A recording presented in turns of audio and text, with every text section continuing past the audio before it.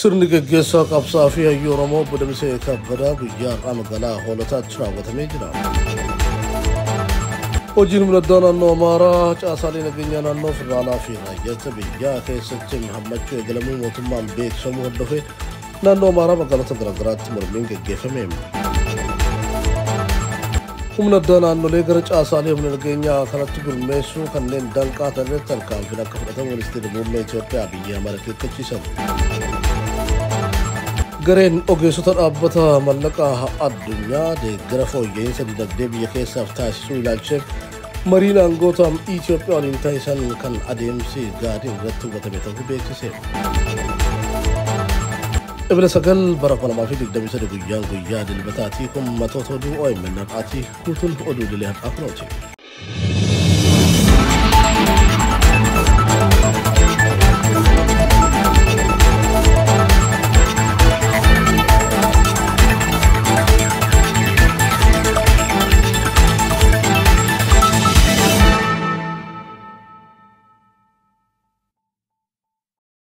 Ashamaa kafuune akkam jirtu kabajamtoota daawwattoota Oromiyaa Miidiyaa Neetwork oduu galgala kanaaf qindeeffanneen isinitti himaa oduu waliin Annaymaa Umari. Oduu keenya jalqabaatiin sirni gaggeessaa qabsaa'aa fi hayyuu Oromoo obbo Damissee Kabbadaa guyyaa har'aa magaalaa Hoolotaatti raawwatamaa jira. Obbo Damissee Kabbadaa hundeessitoota ABO keessaa tokko yoo ta'an umrii ijoollummaa isaaniirraa eegalanii bilisummaa saba isaanii dhugoomsuuf aarsaa hedduu nama baasan ta'utu himama. Qabsaan gameessi kun waldaa Maccaa fi Tuulamaa akkasumas hoggansa adda bilisummaa Oromoo keessatti gahee isaanii ba'achaa turu ragaaleen ni agarsiisu. Waldaan hawaasa Oromoo Kanaadaa bitooteessa 4 ibsa baaseen obbo Damissee Kabbadaa bitooteessa 3 hospitaala Toronto Street Mikaels keessatti yaalamaa erga turanii booda ganna 77tti boqachuu ibseeti jira. Gabaasaa qindaa'ee Muhammad Fantaalleetu isinitti hima. Obbo Damissee Kabbadaa bara 1945 godina Shawaa Lixaa aanaa Bargaa naannoo magaalaa Hoolotaatti kan dhalatan yoo ta'an bara 2023 biyya Kanaadaa magaalaa Torontootti umrii isaanii 78tti lubbuun darbanii jiru. Qabsaan gameessi kun umrii ijoollummaa isaaniitiin qabsoo bilisummaa Oromoof kan of laatan yoo ta'an sinsinnii fi waakkannaa tokko malee of kennanii uummata isaaniitiif hojjechaa turanii jiru. Obbo Damissee Kabbadaa maatii qabsaa'otarraa dhalachuu isaanii seenan ragaa baate. Maatiin isaanii gootota Oromoo badda aadaa fi mogor keessatti xaaliyaanii kokkee qabaa turan ta'uun kan himamu yoo ta'u, obbo Damisseenis gootummaa maatirraa dhaalan jechuun ibsamu. Umrii dargaggummaa isaaniitti sosochii waldaa Maccaa fi Tuulamaa keessatti ibidda warraaqsaa kan qabsiisan obbo Damisseen bara mootummaa Haayila Sillaasee keessa Kubur Zabanyaadhaan hangatti aanaa pirezidaantii dhaabbata oomisha sibiilaa Aqaaqeetti hojjetanii jiru. Erga mootummaan Haayila Sillaasee kufee namoota hundeeffamuu ABO'tiif karaa saaqan jedhamuun maqaan isaanii kan waamamu obbo Damisseen dirqamoota adda addaa dhaabarraa fudhatan raawwachuu fi namoota ijaaruu akkasumas hoggansa alaa adda addaa keessatti qooda guddaa baachaa turan.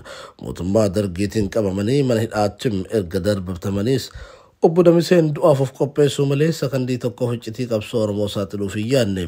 Kufaatii Dargii boodas ijaarsaalee dhaabaa siyaasa fi hawaasummaa Oromootiif ga'ee leencaa baachaa erga turanii booda diigamuu mootummaa cimsaa booda isaanis akkuma qabsaa'ota kaanii bara 1993tti baqaaf saaxilamuun gara Ameerikaa kaabaa biyya Kanaadaatti baqatan. Waggoota 30 oliif Kanaadaa keessa yeroo jiraatanitti hojiilee hawaasa Oromoo ijaaruu fi jajjabeessuu qabsoo Oromoo utubuu fi gadhaabuu irratti umrii isaanii fixuu ragaaleen ni agarsiisu.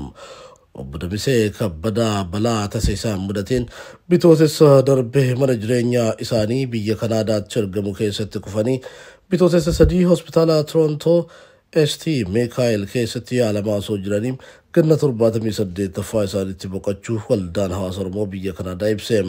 Obbo Damissee Kabbadaa yeroo lubbuun jiranitti yoonte Oromiyaa irratti awwaalaa jechuun dhaammachaa waan turaniifis reeffi isaanii ebila 8 bara 2023 jechuunis guyyaa kaleessaa magaalaa dhaloota isaanii Hoolotaa dhaqqabee bule. Egaa hawaasni maatiin akkasumas jaallan qabsoo obbo Damisseedhaa qeemaatitti ergamanii reenfidhaan qeemaatirraa bahee gara deemisiisa magaalaa Hoolotaatti maleera. achitti sirni gaggeessaan kan gaggeeffamu achitti jaallan qabduu isaanii hayyoonni akkasumas immoo dargaggeessi yeroo Oromoodhaa bahee goota isaanii dhiyeeffachaa jira. Sagantaan amma yoonaatti jiru jira kanuma fakkaata gabaabinaanii. Ganama har'aas istaadiyeemii hoolataatti bakka waayillan qabsoo fi namoonni bebbeekamoon argamanitti sirni gaggeessaa guddaan goota kanaaf taasifameefii jira. Sirnicha irrattis akkaataa aadaa awwaalchaa naannichaatiin fardeeniin gaggeessan taasifameefii jiraachuu madda OMN garasitti argamu OMN hime. Awwaalchi kan gaggeeffamu bataskaana qulqulluu Gabireelii hoolataatti achi namoonni argaman hooggantoonni ABO duraanii argamaniiru. Hiriyoonni isaanii jaallan qabsoo isaanii argamaniiru.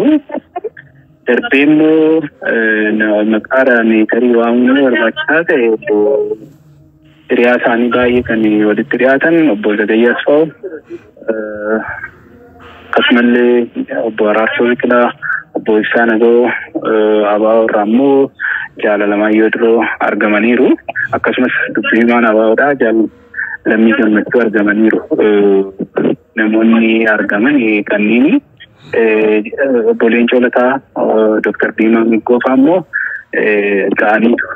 Boqochuu qabsaa'aa Oromoo gameessam obbo Damsee Kabbadaa ilaalchisee OMN maatii fi firoottan isaaniitiif jajjabinaan hawwee jira.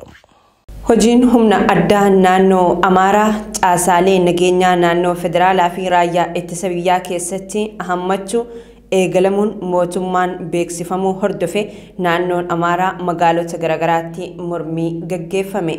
Humni addaa diigamee gara humna waraanaa idilee biyyattii deebi'uu kan naannolee hundumaati kan naannoo Amaaraa maaltu adda godhe atakaaroon baay'ate jechuun fayyadamtoonni miidiyaa hawaasaa gaafachaa jiru. Humni addaa naannoo Amaaraa hidhannoo hin hiikkatu jechuun hiriira mormii gaggeessuu isaanii durataa itti aanaan paartii sochii biyyaalessaa Amaaraa yookaan Abin Malkaamuu Shumiyyee himanii Gubbiyyee Qobboo Gondarii fi Bahardaar dabalatee sochiileen daandiin cufamuu akka turanii fi raayyaan ittisa biyyaa fi humna addaa jidduutti muddamni akka tures ibsameeti jira.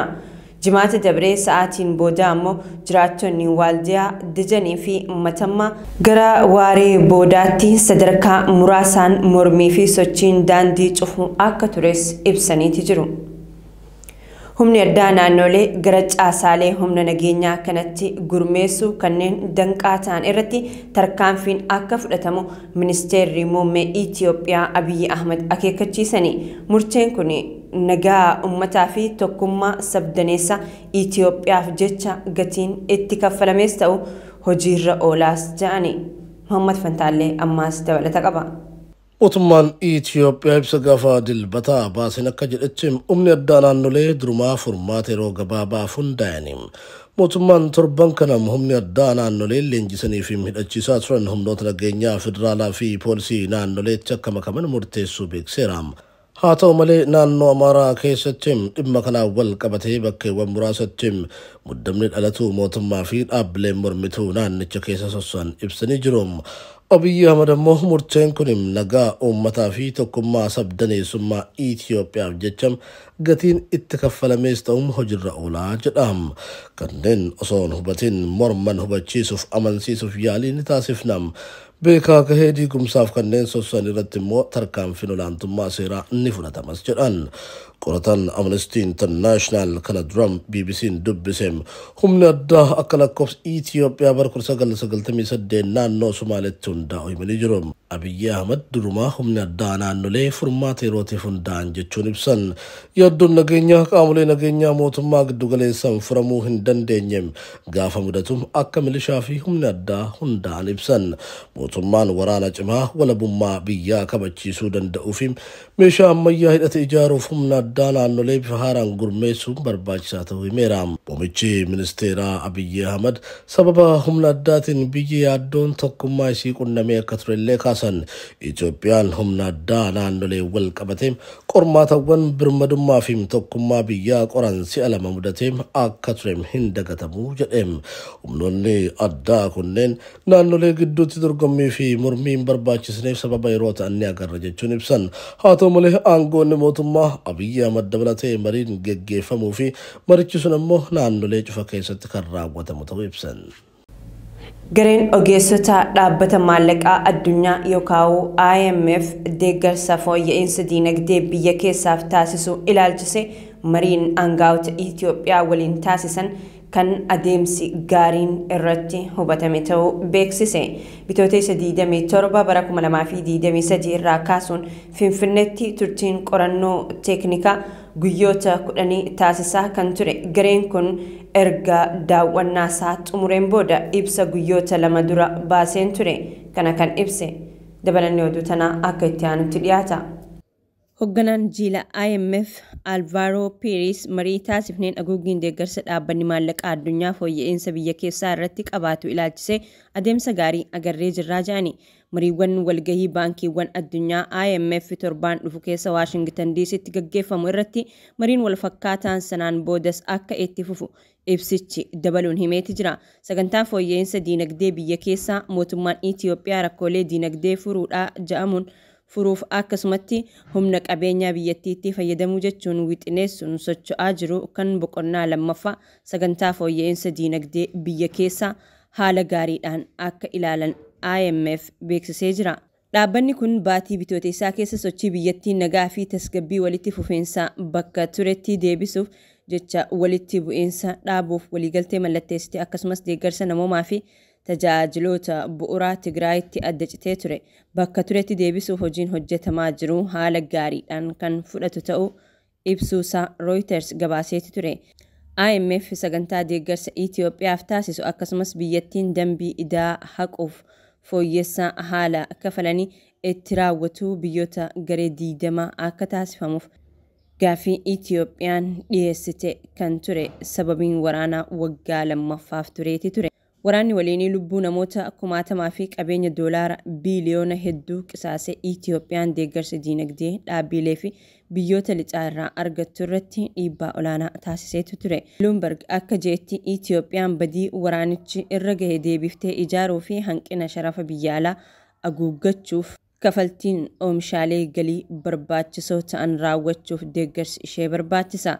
Badii waraanichaan dhaqqabee deebisanii ijaaruuf doolaara biiliyoona 20 akka barbaachisu aangaa'onni mootummaa Itoophiyaa dhiheenya dubbataniiti jiru. Tolee kabajamtoota daawwattoota Oromiyaa Miidiyaa Neetwork oduun sa'aa kanaaf qabanne isaan gammaatti daawwachaa turtanidha. Gama kiyyaan nagaatti isiniin jechaa qophiilee Oromiyaa Miidiyaa Neetwork tanneen hafanii waliin turtii gaarii.